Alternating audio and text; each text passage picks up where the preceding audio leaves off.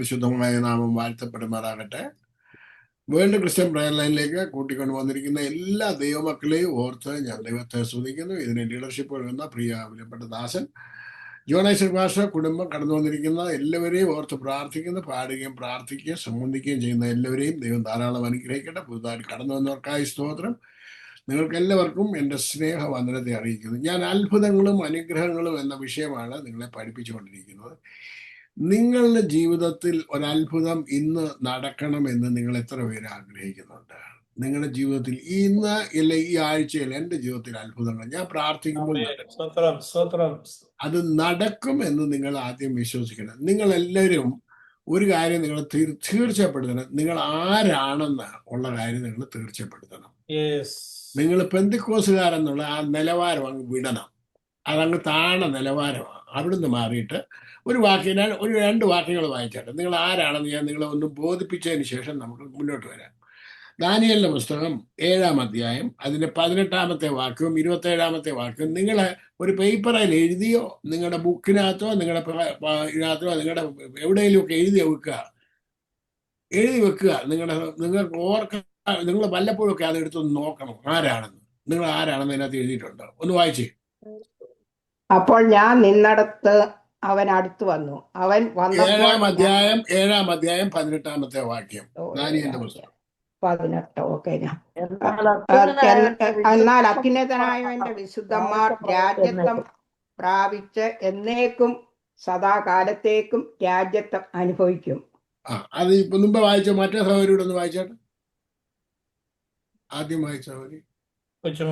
എന്നാൽ അത്യുന്നതനായവന്റെ വിശുദ്ധന്മാർ രാജ്യത്വം പ്രാപിച്ച് എന്നേക്കും സദാകാലത്തേക്കും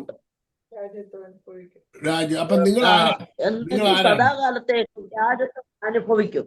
ആരാ നിങ്ങള്? അത്യുന്നതന്റെ വിശുദ്ധന്മാരാണോ അല്ലയോ? ആണോ? അതെ. അപ്പൊ ദൈവരാജ്യം അനുഭവിക്കാനാണ് വിളിച്ചിരിക്കുന്നത്.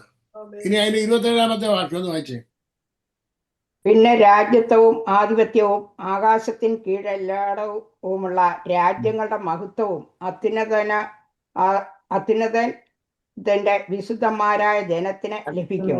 അവന്റെ രാജ്യത്വം നിത്യരാജ്യത്വമാകുന്നു. സകല ആധിപത്യങ്ങളും അവനെ സേവിച്ചനുസരിക്കും. ഒന്നുകൂടെ വായിച്ചോ. വേറെ ആളോട് വായിച്ചാണ്.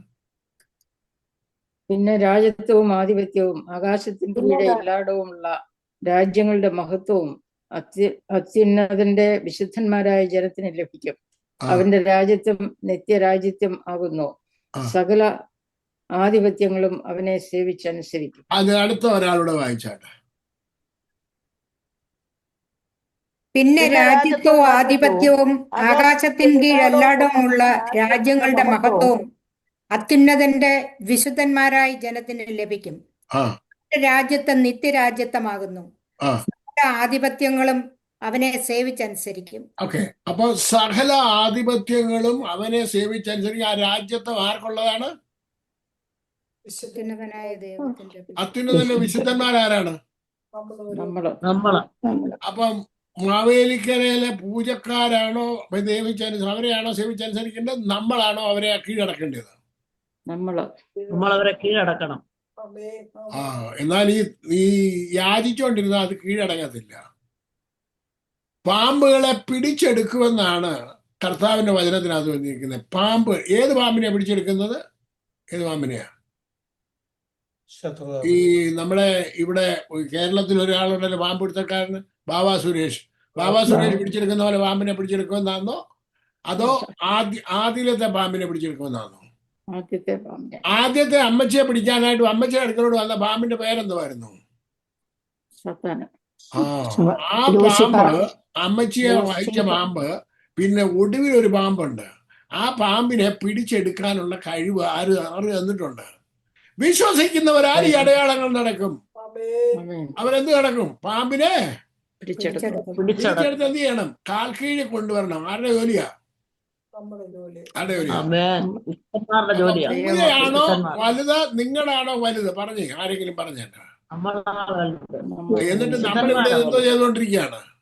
സകല ആധിപത്യങ്ങളും നമ്മുടെ കാൽ കീഴിൽ വരണം. പറഞ്ഞാട്ടെ, സകല ആധിപത്യങ്ങളും മാവേലിക്കരയോടോ ആധിപത്യവും ദേശത്തിനോടോ നമ്മുടെ കേരളത്തിനോടോ കാലത്തേക്ക് ഇന്ത്യയോടോ വരും. പോരാടുന്ന എല്ലാ പോരാട്ട ശക്തികളും നമ്മുടെ കാൽ കീഴിൽ കൊണ്ടുവരേണ്ട ജോലി ആരുടേതാ?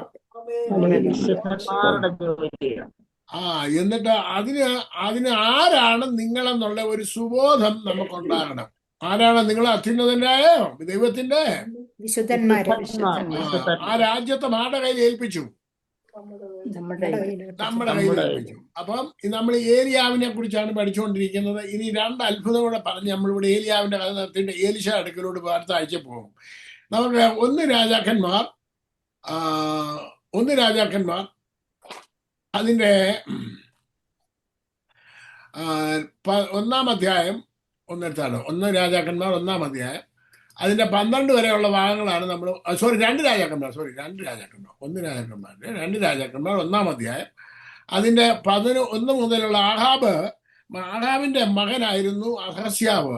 അവനെ വീണപ്പം അവനുണ്ടായ അസ്വസ്ഥത കാരണം പലവിധമായ ആക്സിഡന്റ് ഉണ്ടായതുകൊണ്ട് ഉള്ള രോഗത്തിൽ നിന്ന് എഴുന്നേക്കത്തില്ലയോ എന്ന് അറിയുന്നതിന് വേണ്ടി, രോഗസൗഖ്യം ഉണ്ടാവുമെന്ന് അറിയുന്നതിന് വേണ്ടി എക്രോനിലെ ദേവനായ ബേൽസബൂലിന്റെ അടുക്കൽ ആളെ വിട്ടു. അപ്പൊ അന്നേരം തിശ്ബയിലെ ഏലിയാവിനോട് ദൈവം പറഞ്ഞു, നീ എഴുന്നേറ്റിയെന്ന് അവനെ എതിരേറ്റ് ചെന്നിട്ട് അവനോട് പറയാം, നീ കിടക്കുന്ന കട്ടിയത് നീ എഴുന്നേക്കത്തില്ല, നീ അവിടെ തന്നെ ചത്തുപോകും. അപ്പൊ ഇവരെ എന്ന് പറഞ്ഞു, നീ മരിച്ചു പോകും, നീ എഴുന്നേക്കത്തില്ലെന്നാ പറഞ്ഞേക്കുന്നത്. അന്നേരം പറഞ്ഞു, അത് ആരാണ് നിന്നോട് പറഞ്ഞത്? അവന്റെ വസ്ത്രം എന്തായിരുന്നു? അപ്പൊ അരയിൽ തോൽവാറും ഒക്കെ തോൽവാറ് കെട്ടിയ രോമവസ്ത്രം ധരിച്ചവനായിരുന്നു പറഞ്ഞാൽ അപ്പൊ അത് ഏലിയാവ് തന്നെയാണെന്ന് പറഞ്ഞു. അപ്പൊ ഈ ഏലിയാവിനെ കൊണ്ടുവരുന്നതിന് വേണ്ടി ഈ മനുഷ്യൻ മര്യാദക്കാണ് ആളെ വിട്ടത്? അല്ല. രാജപ്രൗഢിയോടുകൂടി എതിരേൽക്കാനായിട്ട് വിടുന്നതിന് പകരം പട്ടാളത്തെ പറഞ്ഞു വിട്ടു. ആരെ പറഞ്ഞു വിട്ടു? പട്ടാളത്തെ. എന്നിട്ട് പറഞ്ഞു, നീ ഇങ്ങോട്ട് ഇറങ്ങി വരാൻ പറഞ്ഞു. രാജാവ് കൽപ്പിക്കുന്നത് ഇറങ്ങി വരാനായിട്ട്. അന്നേരം അദ്ദേഹം ആദ്യം പറഞ്ഞ എന്തുവായിരുന്നു? ഞാൻ ദൈവദാസനെങ്കിൽ ഒന്ന് വായിച്ചോട്ടെ. ഏലിയാവ് 50 പേർക്ക് അധിപതിയായവനോടെ, ഞാൻ ദൈവപുരുഷനെങ്കിൽ ആകാശത്തു നിന്ന് തീ ഇറങ്ങി നിന്നെയും നിന്റെ 50 ആളെയും ദഹിപ്പിക്കട്ടെ എന്ന് പറഞ്ഞു. അപ്പൊ നിങ്ങൾ ആരാ? ദൈവത്തിന്റെ മക്കളാണോ അല്ലയോ? അതെ അതെ. അപ്പൊ അങ്ങനെയാണെന്നുണ്ടെങ്കിൽ ഈ ആരാധനയ്ക്ക് എതിരായി നിൽക്കുന്ന അന്ധകാര ശക്തിയോട് മാറി നിൽക്കാൻ പറയേണ്ട ജോലി ആരുടേതാണ്? ഏലിയാവ് തീയിറക്കിയെന്ന് നിങ്ങൾ തീയിറക്കാനൊന്നും പോകണ്ടാന്ന്. ഏലിയാവ് ദൈവത്തിന്റെ മകനൊന്നും അല്ലായിരുന്നു. നിങ്ങൾ തീയിറക്കുമൊന്നും വേണ്ട. നിങ്ങൾ പറഞ്ഞാൽ മതി, എന്റെ കാൽ ചവിട്ടി വരാൻ ഞാൻ നിന്നോട് കൽപ്പിക്കുന്നെന്ന് പറയാൻ തന്റെ ഇടം വേണ്ടായോ? ഹലോ, ഇത് നിങ്ങളോട് ഉപദേശിമാരും പറഞ്ഞു തരത്തില്ല. അവരെ ബൈബിൾ കോളേജിൽ അതല്ല പഠിപ്പിക്കുന്നത്. ഹലോ, ഇത് നിങ്ങൾ ആദ്യം മനസ്സിലാക്കണം. അതുകൊണ്ട് നിങ്ങളാണ് ജോലിയാണ്. ഇനി അതിന്റെ 11-12 വാക്യം വായിച്ചേട്ടാ. അവൻ 50 പേർക്ക് അധിപതിയായ മറ്റൊരുത്തനെയും അവന്റെ 50 ആളെയും അവന്റെ അടുക്കൽ അയച്ചു. അവനും അവനോട്, ദൈവപുരുഷ, വേഗത്തിൽ ഇറങ്ങി വരുവാൻ രാജാവ് കൽപ്പിക്കുന്നു എന്ന് പറഞ്ഞു. ഭയങ്കര അധികാരത്തിലാ പറഞ്ഞേക്കുന്നത്. ഈ കഴിഞ്ഞ അവന്റെ മുമ്പേ വന്ന 50 പേരും അവന്റെ ആളും ചത്തതൊന്നും ഇവൻ അറിയത്തൊന്നുമില്ലയോ? അവനറിയാം. എന്നിട്ടിപ്പം ഭയങ്കര കൽപ്പനയാണ്. ആരെടുക്കലാണ്? ദൈവപുരുഷന്റെ അടുക്കല്.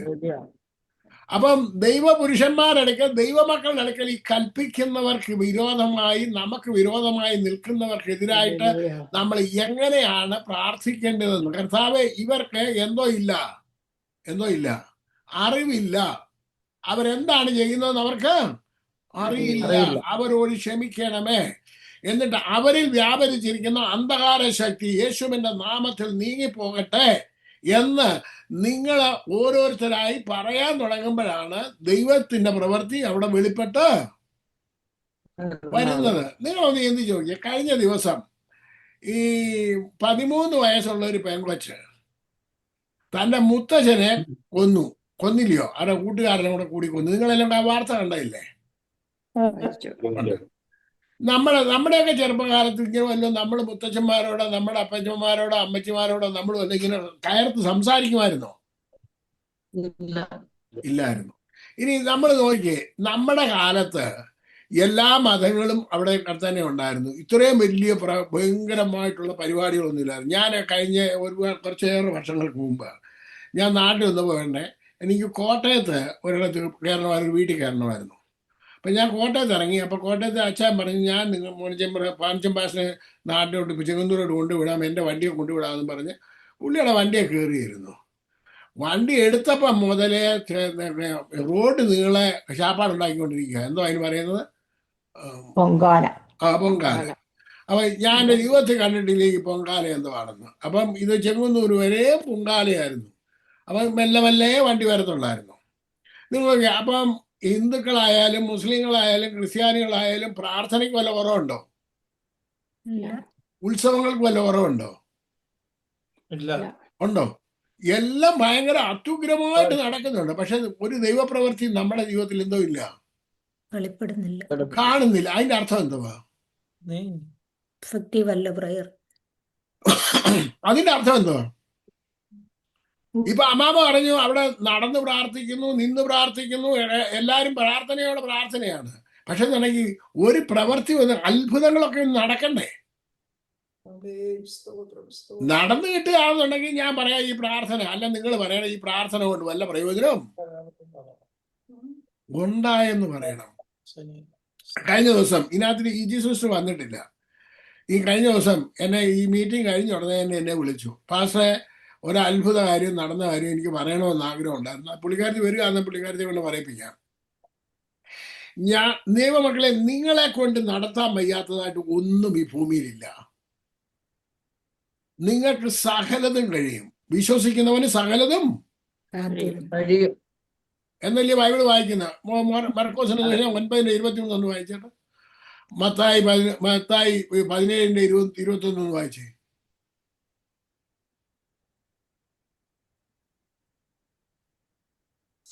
പെട്ടെന്ന് വായിക്കും.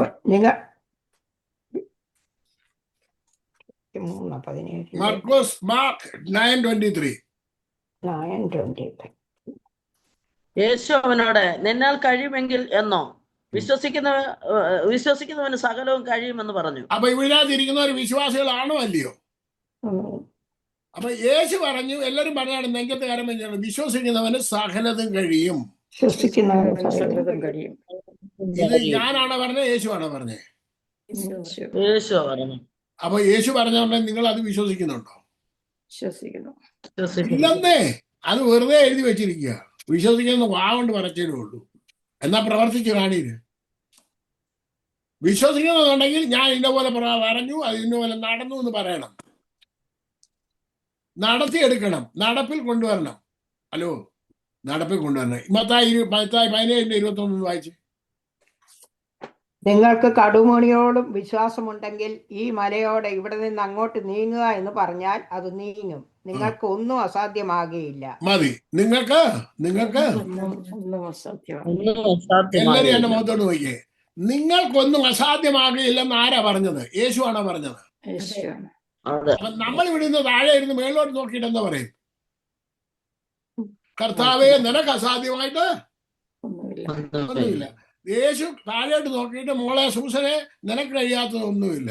അപ്പൊ സൂസൻ, കർത്താവേ, നിനക്ക് അസാധ്യമായി ഒന്നുമില്ല കർത്താവേ എന്ന് പറയും. രണ്ടുപേരും താഴെ നിന്ന് മേളിൽ നിന്ന് എന്തോ ചെയ്തോണ്ടിരിക്കുക. കൊച്ചുമോൾ സിസ്റ്റർ പറഞ്ഞേ, പറഞ്ഞോണ്ടിരിക്കുക. വല്ലതും നടക്കും. ആരാ നടപ്പിൽ കൊണ്ടുവരേണ്ടത്? ഏലിയാവിന്റെ സ്വഭാവമുള്ളവരായിട്ട് മാറണം നിങ്ങൾ. ഏലിയാവ് അടുത്തവനോട് പറഞ്ഞു, ഞാൻ ദൈവപുരുഷനാണെങ്കിൽ ഇതിവിടെ നടക്കത്തില്ല, മാവേലിക്കന് നടക്കത്തില്ല. ഞങ്ങള് ഇവിടെ ദൈവമക്കളാണെന്നുണ്ടെങ്കിൽ ഈ ദേശത്ത് അന്യായങ്ങൾ നടത്താൻ ഞങ്ങൾ സമ്മതിക്കത്തില്ല. ദുഷ്ടശക്തി മാറി നിൽക്കണ്ടെന്ന് പറയേണ്ട ജോലി ആരുടേതാ? ദൈവമക്കളുടേതാ, ദൈവദാസന്മാരുടേതാ. അവരെന്തോ ചെയ്തോണ്ടിരിക്കുക? ആരോട് പറഞ്ഞോണ്ടിരിക്കുക? ഇതിപ്പോ വ്യത്യാസപ്പെടുത്തേണ്ട ആരുടേതാണ്? നമ്മുടെ പ്രാർത്ഥനയ്ക്ക് വ്യത്യാസപ്പെടുത്തേണ്ട ജോലി ആരുടേതാ? ദൈവവചനപ്രകാരം നമ്മൾ മടങ്ങി വരണോ വേണ്ടയോ? അത് നിങ്ങൾ തീരുമാനിച്ചാൽ മതി. ദൈവവചനപ്രകാരം നിങ്ങൾ മടങ്ങി വന്നാൽ നിങ്ങൾ അത്ഭുതങ്ങൾ എന്ത് ചെയ്യും? കാണും. നമ്മൾ അത്ഭുതത്തിന് വേണ്ടിയല്ല മടങ്ങി വരേണ്ടത്, ദൈവത്തെ അനുസരിക്കാനായിട്ട് മടങ്ങി വരണം. ഞാൻ ഈ കഴിഞ്ഞ ദിവസങ്ങളില് ഈ അത്ഭുതങ്ങളും എന്താണ് രഞ്ജിത് പ്രാർത്ഥിച്ച ആ ദിവസം നിങ്ങൾ ഓർക്കുന്നുണ്ടോ? ഞാൻ ഇതിനെപ്പറ്റി പഠിച്ചുകൊണ്ടിരിക്കുകയാണ്. എന്താണ് പഠിപ്പിച്ചുകൊണ്ടിരിക്കുക ഈ ബ്ലെസ്സിങ് ആൻഡ് കേഴ്സിങ്. ഞാൻ നിങ്ങളെ പുതിയ നിയമത്തിൽ ബ്ലെസ്സിങ്ങും കേഴ്സിങ്ങും കർത്താവ് പറഞ്ഞിട്ടുണ്ടോ നിങ്ങളെ ഇന്ന് കാണിച്ചു തരാം.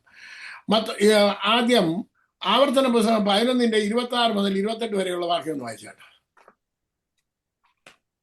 ആവർത്തന പുസ്തകം, അത് കഴിഞ്ഞ ആഴ്ച പ്രാർത്ഥനയാണോ ഇല്ലയോ എന്ന് ഞാൻ ഓർക്കുന്നില്ല, എന്നാലും വായിച്ചു. പെട്ടെന്ന് വായിരും. ആവർത്തനം 11:26 മുതൽ 28 വരെ. ഇതാ ഞാൻ ഇന്ന് അനുഗ്രഹവും ശാപവും നിങ്ങളുടെ മുമ്പിൽ വെക്കുന്നു. ഇന്ന് ഞാൻ നിങ്ങളോട് ആജ്ഞാപിക്കുന്ന നിങ്ങളുടെ ദൈവമായ യഹോവയുടെ കൽപ്പനകൾ നിങ്ങൾ അനുസരിക്കുന്നുവെങ്കിൽ അനുഗ്രഹവും, നിങ്ങളുടെ ദൈവമായ യഹോവയുടെ കൽപ്പനകൾ അനുസരിക്കാൻ ഇന്ന് ഞാൻ നിങ്ങളോട് കൽപ്പിക്കുന്ന വഴിയെ വിട്ടുമാറി നിങ്ങൾ അറിഞ്ഞിട്ടില്ലാത്ത അന്യദൈവങ്ങളുടെ പിന്നാലെ ചെല്ലുന്നുവെങ്കിൽ ശാപവും വരും. അപ്പൊ അനുഗ്രഹം എങ്ങനെയാ വരുന്നത്? അനുഗ്രഹം വരുന്ന വഴി എന്തുവാ? കൽപ്പനകൾ അനുസരിക്കണം. അനുസരിക്കുകയാണെന്നുണ്ട് അനുഗ്രഹം വരും. അനുസരിക്കാതിരുന്നു കഴിഞ്ഞാൽ എന്തോ വരും? കൽപ്പനകളെ വിട്ടുമാറി. ഇതിനെ കുറിച്ച് യേശു വല്ലതും പറഞ്ഞിട്ടുണ്ടോ നമുക്ക് നോക്കാം. മത്തായിയുടെ സുവിശേഷം 7-ാം അധ്യായം അതിന് 24 മുതൽ 27 വരെ ഒന്ന് വായിച്ചേ.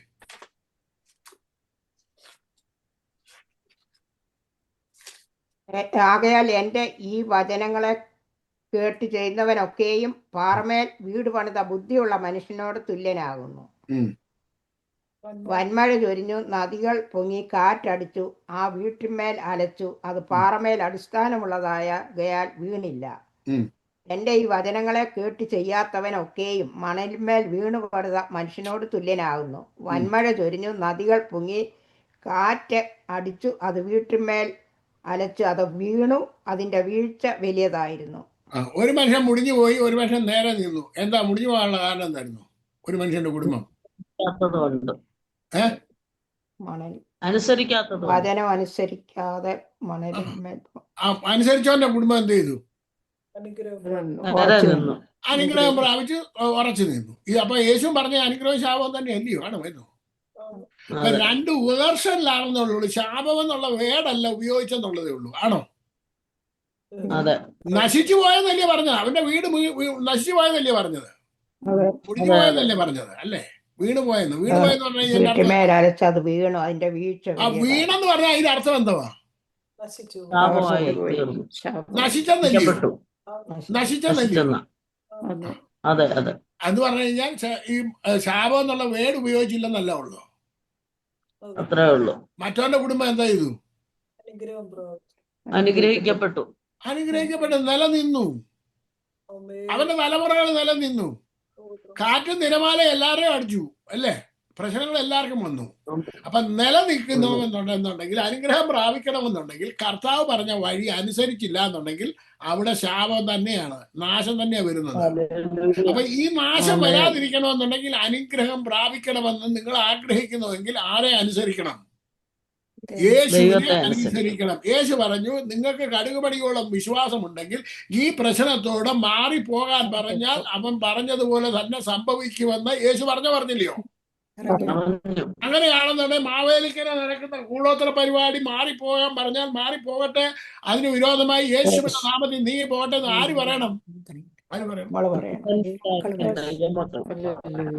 ഈ പണ്ടൊക്കെ ആയിരക്കണക്കിന് രൂപയുടെ കഥയായിരുന്നു രോഗികൾക്ക് വേണ്ടിയത്. ഇപ്പൊ പിന്നെ അത് കഴിഞ്ഞ് കഴിഞ്ഞാൽ ലക്ഷക്കണക്കിന്റെ കഥയായിരുന്നു കേട്ടേക്കുന്നത്. ആദ്യമായിട്ടാണ് കോടികളുടെ കണക്ക് കേൾക്കുന്നത്, അല്ലയോ?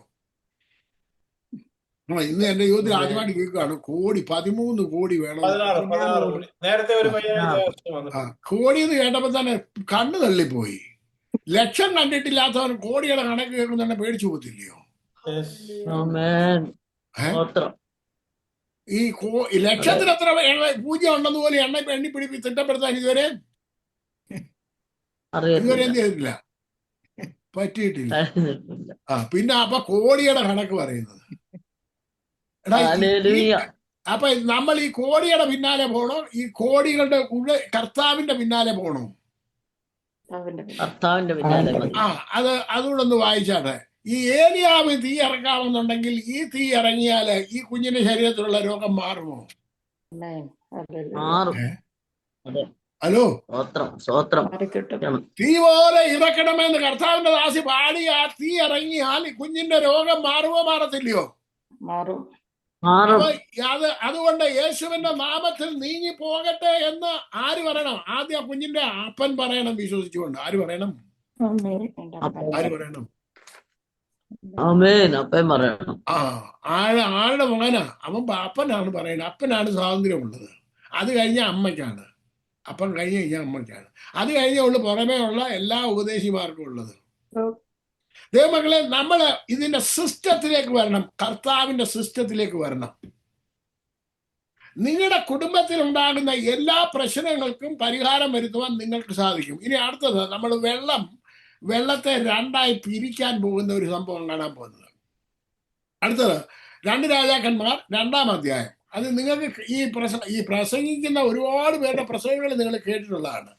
അത് ഏലിയാവ് ഏലിശേമാണ്ട് യാത്ര ചെയ്യുന്ന ഒരു വലിയ കാര്യമാണ് ഇവിടെ നടക്കാൻ പോകുന്നത്. ഏലിയാവിനെ ചുഴലിക്കാറ്റിൽ സ്വർഗത്തിലേക്ക് എടുത്തുകൊള്ളുവാൻ ഭാവിച്ചിരിക്കുമ്പോൾ ഏലിയാവ് ഏലിശയോട് ഏലിയാവിയുടെ കൂടെ ഗിൽഗാലിൽ നിന്ന് പുറപ്പെട്ടു. ഇവിടെ നിന്ന് പുറപ്പെട്ടു, ഗിൽഗാലിൽ നിന്ന്. അപ്പൊ ഏലിയാവ് ഏലിശയോടെ, നീ ഇവിടെ താമസിച്ചു കൊള്ളുക, യഹോവ എന്നെ ബഥേലിലേക്ക് അയച്ചിരിക്കുന്നു എന്ന് പറഞ്ഞു. ഏലിശ അവനോട്, യഹോവയാണ് നിന്റെ ജീവനാണ്, ഞാൻ നിന്നെ വിടുപോയില്ല എന്ന് പറഞ്ഞു. അങ്ങനെ അവർ ബഥേലിലേക്ക് പോയി. ഇനി ഞാൻ നിങ്ങളോട് ചോദിക്കട്ടെ, ആരുടെ കൂടെ നടന്നവനാണ് അഭിഷേകം കിട്ടിയത്? ഏലിയാവിന്റെ കൂടെ ഉള്ളവന്റെ കൂടെ നടന്ന്. അപ്പം ദൈവം നിങ്ങളുടെ കൂടെ നടക്കാമെന്നും കൂടെ ഇരിക്കാമെന്നും പറഞ്ഞിട്ടുണ്ടോ ഇല്ലയോ? ഉണ്ട്. അപ്പൊ നിങ്ങളുടെ കൂടെ ഉണ്ടോ ഇല്ലയോ? ഉണ്ട്.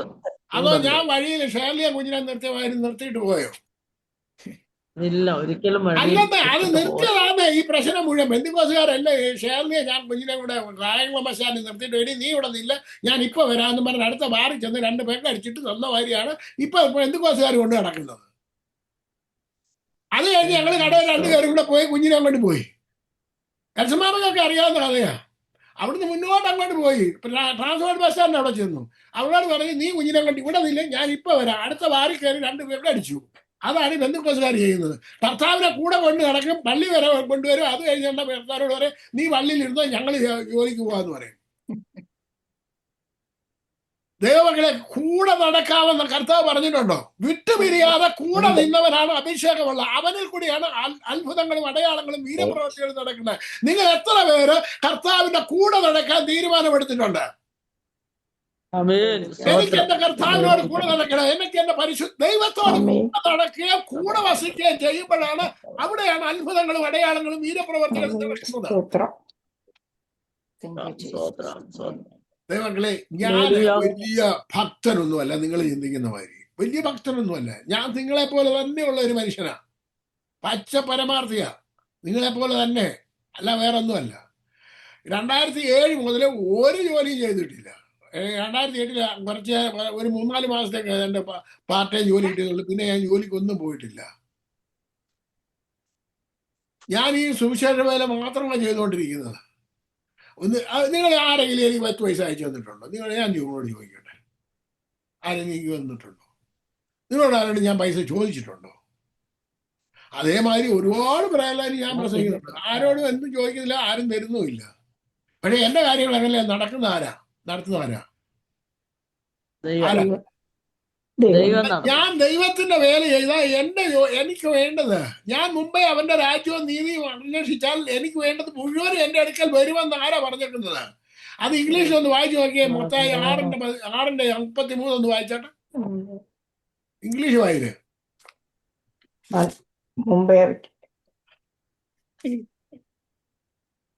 മുമ്പേ രാജ്യനീതി അന്വേഷിപ്പേൻ, അതോടുകൂടി ഇതൊക്കെ നിങ്ങൾക്ക് കിട്ടും. അത് കിട്ടുമെന്ന് പറഞ്ഞാൽ അത് ഇംഗ്ലീഷിൽ ഒന്ന് വായിരും. അതായത് നമുക്കറിയാം കിട്ടുക എന്നോ ആഡ് ചെയ്യാന്ന് നമുക്ക് നോക്കാം. But seek first his kingdom and his righteousness, and all these things will be given to you as well. Okay, എന്നാൽ ഞാൻ എന്റെ വേർഷനിൽ കൂടെ വായിക്കാം. Okay, seek ye first the kingdom of God and his righteousness, and all these things shall be added unto you.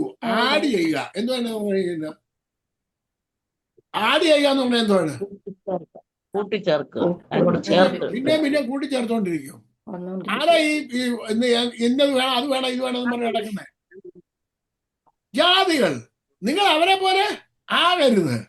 നിങ്ങൾക്ക് വേണ്ടതെല്ലാം കൂട്ടിക്കൊണ്ട് add ചെയ്ത് തരുമെന്ന് കർത്താവ്. Do not be like them. കർത്താവ് ഒന്ന് വായിച്ചാൽ അതെങ്ങനെയാ എഴുതിയിരിക്കുന്നത്? അതിന്റെ 33-ാമത്തെ വാക്യം. So do not be like them, Okay. for your Father know what. കിട്ടിയതല്ല, ഞാൻ വെളിയിലായിരുന്നു. ഇപ്പോഴല്ല കിട്ടിയത്. ആറിന്റെ 30. ഞാൻ ഇതിനകത്ത് വെളിയിലോട്ട് അവിടെ എടുത്തു തരാം. ഫോൺ കൊണ്ട് ചവിട്ടി കിട്ടിക്കൊണ്ട് നടക്കാം ഞാൻ. എത്ര പറഞ്ഞ? 6-ന്റെ 33. 33. 1 second. But seek ye first the kingdom of God and his righteousness, and all these things shall be added unto you. Added unto you.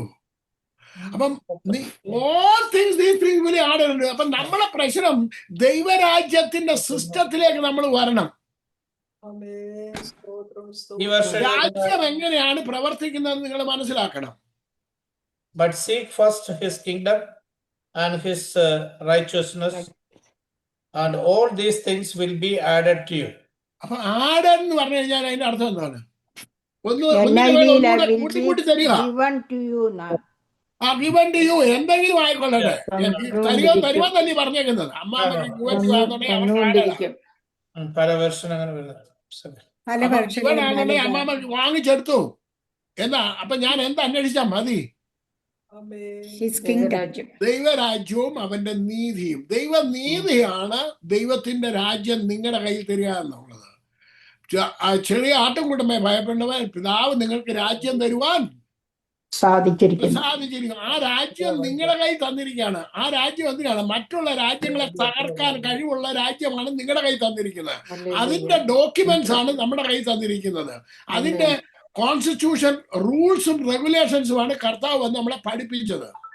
പക്ഷെ നമ്മൾ മതപ്രകാരം കൊണ്ട് നടക്കുകയാണ് ദൈവത്തെ. അതിനകത്തുനിന്ന് മാറി ദൈവത്തിന്റെ രാജ്യത്തിന്റെ സിസ്റ്റം. ആദാമിന് കൊടുത്തത് മതമായിരുന്ന രാജ്യമാണ് കൊടുത്തത്. ആദാമിന് കൊടുത്തത് രാജ്യമാണോ അതോ സ്വർഗമാണോ കൊടുത്തത്? ഭൂമിയാണോ കൊടുത്തത്? രാജ്യമാണോ കൊടുത്തത്? എന്താ പറഞ്ഞേ? ആദാമിന് നഷ്ടപ്പെട്ടത് രാജ്യമാണ്, അധികാരമാണ് നഷ്ടപ്പെട്ടത്. അപ്പം നമുക്ക് നഷ്ടപ്പെട്ടത് എന്തായിരുന്നു? രാജ്യവും അധികാരവും ഭൂമിയാണ് നഷ്ടപ്പെട്ടത്. നമുക്ക് സ്വർഗമല്ല നഷ്ടപ്പെട്ടേക്കുന്നത്, മാനവരാശിക്ക് നഷ്ടപ്പെട്ടേക്കുന്നത് അതാണ് കർത്താവായ യേശു ക്രിസ്തു ഈ ഭൂമിയിൽ വന്ന് നമുക്കത് മടക്കി തന്നത്. അതാണ് റിഡംഷൻ പ്ലാനിലുള്ളത്. ഇവിടെ നമ്മൾ വായിക്കുന്നത് ഇപ്പൊ 2 രാജാക്കന്മാർ 2-ാം അധ്യായത്തിനകത്തേക്ക് വരുന്നുണ്ട്. ഈ ഏലിയാവിന്റെ കൂടെ നടക്കുകയാണ്. ആരാ നടക്കുന്നത്? ഏലിശ. എന്തിനു വേണ്ടി നടക്കുന്നത്? എനിക്ക് അവൻ ചെയ്തതിലും അധികം ചെയ്യണം. ആർക്ക്? ഏലിയാവിന് അധികം ചെയ്യാനുള്ള ഒരു ത്വരയായിരുന്നു. അന്നെ ത്വരയെന്ന് ഏതാണ്ട് പറയത്തില്ല, എങ്ങനെയാണ് മലയാളത്തിൽ പറയുന്നത്?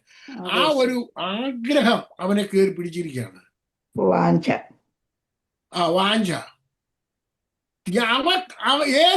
ഏലിശ ചെയ്താലും അധികമായിട്ട് എനിക്ക് പ്രവർത്തിക്കണമെന്നുള്ള ആ വാഞ്ച അല്ലെന്നുണ്ടെങ്കിൽ ആ ആഗ്രഹം ഈ മനുഷ്യനെ കയറി മൂടിയിരിക്കുകയാണ്. അതുകൊണ്ട് ഞാൻ നിന്നെ വിട്ടുപിരിയത്തില്ല. അടുത്ത പറയാണ്, ബഥേലിലെ പ്രവാചകന്മാർ ഏലിശയുടെ അടുക്കൽ വന്നു. അവനോട്, നീ യഹോവ ഇന്ന് നിന്റെ യജമാനത്തിന്റെ തലക്കൽ നിന്ന് എടുത്തു കളയുമെന്ന് നീ അറിയുന്നുവല്ലോ എന്ന് ചോദിച്ചു. അതിന് അവൻ അറിയുന്നു, ഞാൻ അറിയുന്നു എന്ന് നിങ്ങൾ മിണ്ടാതിരിപ്പിക്കും. എന്നിട്ട് ഇവന്മാരായാലും പോയോ? ഇല്ല. അവർക്ക് അതിനോടൊരു ആഗ്രഹമില്ലെന്നേ. ഹലോ, ഇത് സംഭവിക്കാൻ പോവാണെന്നുള്ള വിവരം ഇവർക്കറിയാം. കൂടെ ബൈബിൾ കോളേജിലുള്ളവർക്കെല്ലാം അറിയാം. പക്ഷെ ഈ ബൈബിൾ കോളേജിൽ നിന്ന് ഒരൊറ്റ എണ്ണ ഇറങ്ങിയോ? ഏലിയായുടെ ബൈബിൾ കോളേജിൽ നിന്ന് ഒരെണ്ണമെങ്കിലും പോയോ? ഇല്ല, പോയില്ല. പിന്നെ ആരേ പോയുള്ളൂ? ആദ്യം മുതലേ ബൈബിൾ കോളേജിൽ നടന്നേക്കുന്ന ഏലിശ മാത്രമേ പോകുന്നുള്ളൂ.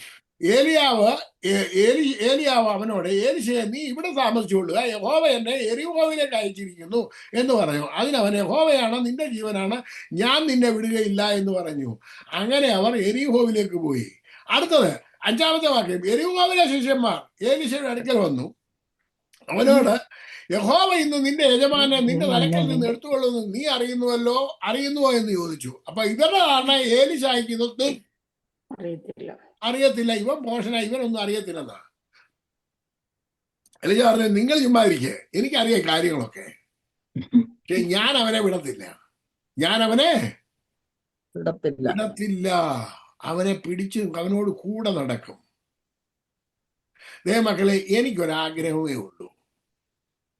ഈ ജീവിക്കുന്ന കാലം, ബാക്കി ശിഷ്ടകാലം ആരെ കൂടെ നടക്കണം? അവനോട് കൂടെ നടക്കും. അവന്റെ പേരാണ് പരിശുദ്ധാത്മാവ്. ആരാണ്? പരിശുദ്ധാത്മാവ്. ദൈവം ആത്മാവാണെന്ന് നിങ്ങൾ കേട്ടിട്ടുണ്ടോ? ഉണ്ട്. ഉണ്ട്. അപ്പൊ അതാരാ എന്നെ കൂടെ നടക്കുന്നത്? പരിശുദ്ധാത്മാവ്. അപ്പൊ ഹല്ലേലൂയ. ദൈവം ആത്മാവാണെന്നുണ്ടെങ്കിൽ ആ ആത്മാവ് നിങ്ങളുടെ കൂടെ നടന്നു കഴിഞ്ഞാൽ നിങ്ങൾ അവന്റെ കൂടെ നടക്കാന്നുള്ള അത്ഭുതങ്ങൾ നടക്കുമോ ഇല്ലയോ? നടക്കുമോ നടക്കത്തില്ല? ആരെങ്കിലും ഉറക്കെന്ന് പറഞ്ഞേ, നടക്കുമോ? നടക്കും.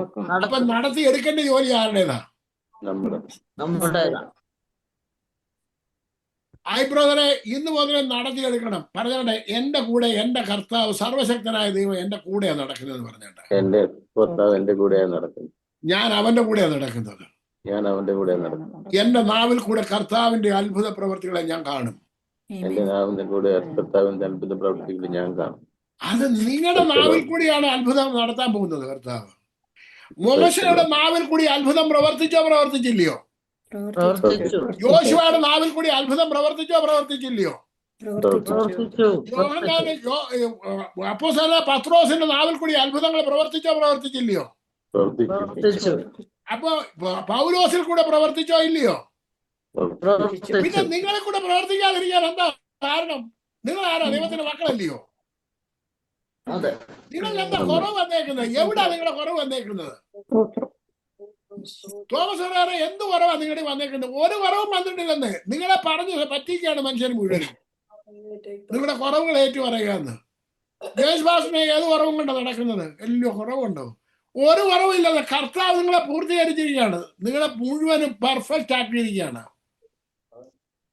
കർത്താവിന്റെ മകനും മകളുമാണ് ഇരിക്കുന്നതെല്ലാം. ആദ്യജാതന്മാരാണ്, ദൈവത്തിന്റെ ആദ്യജാതന്മാരാണ് ഇരിക്കുന്നതൊക്കെ. ഹല്ലേലൂയ. നിങ്ങളിൽ കൂടി അത്ഭുതങ്ങളെ സൃഷ്ടിക്കുവാൻ കർത്താവ് ആഗ്രഹിക്കുന്നു. ഇനി നോക്കണം, കൂടെ നടക്കുന്ന ഏലിശ നോക്കണേ, 6-ാമത്തെ വാക്യം. ഏലിശാവിനോട്, നീ ഇവിടെ താമസിച്ചുള്ളൂ, യഹോവ എന്നെ യോർദാനിലേക്ക് അയച്ചിരിക്കുന്നു എന്ന് പറഞ്ഞു. അതിനവൻ, യഹോവയാണ് നിന്റെ ജീവനാണ്, ഞാൻ നിന്നെ വിടത്തില്ല. നീ എങ്ങോട്ട് പോയാലും ഞാൻ നിന്നെ എന്ത് ചെയ്യത്തില്ല, വിടത്തില്ല. ഞാനിട്ട് നിന്നെ വിട്ട് പിരിഞ്ഞ് ജീവിക്കുന്നതും പ്രശ്നമില്ല. ഹലോ, ഞാൻ നിന്നെ വിട്ട് പിരിഞ്ഞ് ജീവിക്കുന്നതും പ്രശ്നമില്ല. ഈ സുനി അയക്കാത്തെന്ന് പറഞ്ഞ ഒരു മനുഷ്യന് റാന്നിയിലുണ്ട്. നിങ്ങൾ ആ സുനി അയക്കാത്തെന്ന് യൂട്യൂബിൽ ഇടാന്നുണ്ടെങ്കിൽ ഇദ്ദേഹത്തെ കിട്ടും. ഈ വല്ലപ്പോഴും ഈ പുള്ളിയുടെ മീറ്റിങ്ങിന് നിങ്ങൾ നാട്ടിലുള്ളവരൊന്ന് പോയി പോവുക. അവിടെ മാസാവസാനം 3 ദിവസത്തെ മീറ്റിംഗ് പുള്ളി നടത്തുന്നുണ്ട്. 100 പേർക്ക് അവിടെ അഡ്മിഷൻ ഉള്ളൂ. 100 പേർക്ക് താമസിക്കാനും ഫാമിലിക്ക് താമസിക്കാനും ഫുഡും അക്കോമഡേഷനും എല്ലാം കൊടുക്കും. ഫ്രീയാ, കംപ്ലീറ്റ് ഫ്രീയാ. പരിശുദ്ധാത്മാവിന്റെ ഒരു വലിയ പ്രവാഹമാണ് നടക്കുന്നത്. പരിശുദ്ധാത്മാവിനെ കുറിച്ച് മാത്രമേ പുള്ളി പ്രസംഗിക്കുന്നുള്ളൂ. ദൈവമക്കളെ, ഈ പരിശുദ്ധാത്മാഭിഷേകം ഞാൻ കണ്ടു കാണാൻ പോലെ ഞാൻ ഈ പരിചയപ്പെട്ടത് ഈ യൂട്യൂബിൽ കൂടെ കണ്ട് ഞാൻ വിളിച്ച് സംസാരിക്കും. പല പ്രാവശ്യം പല കാര്യങ്ങളും സംസാരിക്കുകയൊക്കെ ചെയ്തിട്ടുണ്ട്. ഞാൻ നിങ്ങളോട് പറയുന്നത് എന്തിനാന്ന് വെച്ച് കഴിഞ്ഞാൽ, നിങ്ങളുടെ ജീവിതത്തിൽ അത്ഭുതങ്ങളെ നിങ്ങൾ സൃഷ്ടിക്കുന്നവരായിട്ട് മാറണം. നിങ്ങളുടെ കൂടെ വസിക്കുന്നവൻ സർവശക്തനായ ദൈവമാണ്. അപ്പൊ ഏലിശ പറയാണ്, ഞാൻ നിന്നെ എങ്ങോട്ടും വിടത്തില്ല, ഞാൻ നിന്നെ വിട്ടുപിരിയാൻ എന്നോട് പറയരുതേ എന്നാ പറയുന്നത്. എന്നിട്ട് പറയുന്നത് 7-ാമത്തെ വാക്യം, ഏലിശ പ്രവാചക ശിഷ്യന്മാരിൽ 50 പേർ ശിഷ്യന്മാരെ 50 പേർ ചെന്ന് അവർക്കെതിരെ അതിന്റെ 6-ാമത്തെ വാക്യം, ഏലിയാവിനോട്, നീ ഇവിടെ താമസിച്ചുകൊള്ളുക, യഹോവയാണ് എന്റെ ജീവനാണ്, ഞാൻ നിന്നെ വിടുകയില്ല എന്ന് പറഞ്ഞു. ഇങ്ങനെ അവർ ഇരുവരും കൂടെ പോയി. പ്രവാചകന്മാരിൽ 50 പേർ ചെന്ന് അവർക്കെതിരെ ദൂരത്ത് നിന്നു. അവർ ഇരുവരും യോർദാനിൽ കരയിൽ നിന്നു. അപ്പൊ 50 പേർ എവിടെ നിൽക്കുകയാണ്? യോർദാന്റെ ഒരു സൈഡിൽ നിൽക്കുകയാണ്. ഇവർ 2 പേര് യോർദാന്റെ മുന്നിൽ ചെന്ന് നിന്നു. നിങ്ങൾ ശ്രദ്ധിച്ചോളെ, ഇതിനകത്തിൽ എത്ര പേര് അക്കരെ കടന്നു നമ്മൾ നോക്കിയേ. അപ്പോൾ ഏലിയാവ് തന്റെ പുതപ്പെടുത്ത് അടിച്ചു, അത് അങ്ങോട്ടും ഇങ്ങോട്ടും പിരിഞ്ഞു. അങ്ങനെ ഇരുവരും ഉണങ്ങിയ നിലത്തൂടി അക്കരെ കടന്നു. എന്നിട്ട് ഈ 50 പേരെന്ത് ചെയ്തു? നോക്കി നിൽക്കുക. നമ്മൾ എന്തോ ചെയ്തോണ്ടിരിക്കുക? ഓരോരുത്തർ ചെയ്യുന്നത് നോക്കിക്കൊണ്ട് നിൽക്കുക. നിങ്ങൾ ചെയ്യാൻ നോക്കി നിൽക്കുന്നവരുടെ കൂട്ടത്തിലാണോ ചെയ്യുന്നവരുടെ കൂട്ടത്തിലാണോ? എനിക്ക് നോക്കി നിൽക്കേണ്ട കാര്യമൊന്നുമില്ല. എനിക്ക് കർത്താവിനോട് കൂടെ നടന്ന് ചെയ്യുന്നവന്റെ കൂട്ടത്തിലാണ്. നിങ്ങൾ ആരുടെ കൂട്ടത്തിലാ? ഏലിയാവിന്റെ കൂട്ടത്തിലാണോ 50 പേരുടെ കൂട്ടത്തിലാണോ? ആരുടെ കൂട്ടത്തിലാണ്? ഏലിയാവിന്റെ കൂട്ടത്തിൽ. ഏലിയാവിന്റെ കൂട്ടത്തിൽ പരിശുദ്ധാത്മാവ് നിന്റെ കൂട്ടത്തിൽ നടക്കുന്നു. നീ അവന്റെ കൂടെ നടന്ന് നിന്നെ വിട്ടുപിരിയാതെ പിടിച്ചു നിർത്തേണ്ട ജോലി ആരുടേതാ? പിടിച്ചു നിർത്തേണ്ട ജോലിയാണ്. ഈ പക, പിണക്കം, ക്രോധം, ശാഠ്യം, ദ്വന്ദ്വപക്ഷം, ഭിന്നത, അസൂയ, അയ്യോ അവന്റെ വീട് കണ്ടോ, അവന്റെ വണ്ടി കണ്ടോ, അസൂയയുടെ ഇതുകൊണ്ട് നടക്കുകയാണ് പെന്തിക്കോസുകാരന്. അസൂയ ഉള്ളവരുണ്ടോ ഇതിനകത്തിലെങ്ങാനും? ഉണ്ടോ? അവന്റെ കൂടെ ആരും വസിക്കത്തില്ല.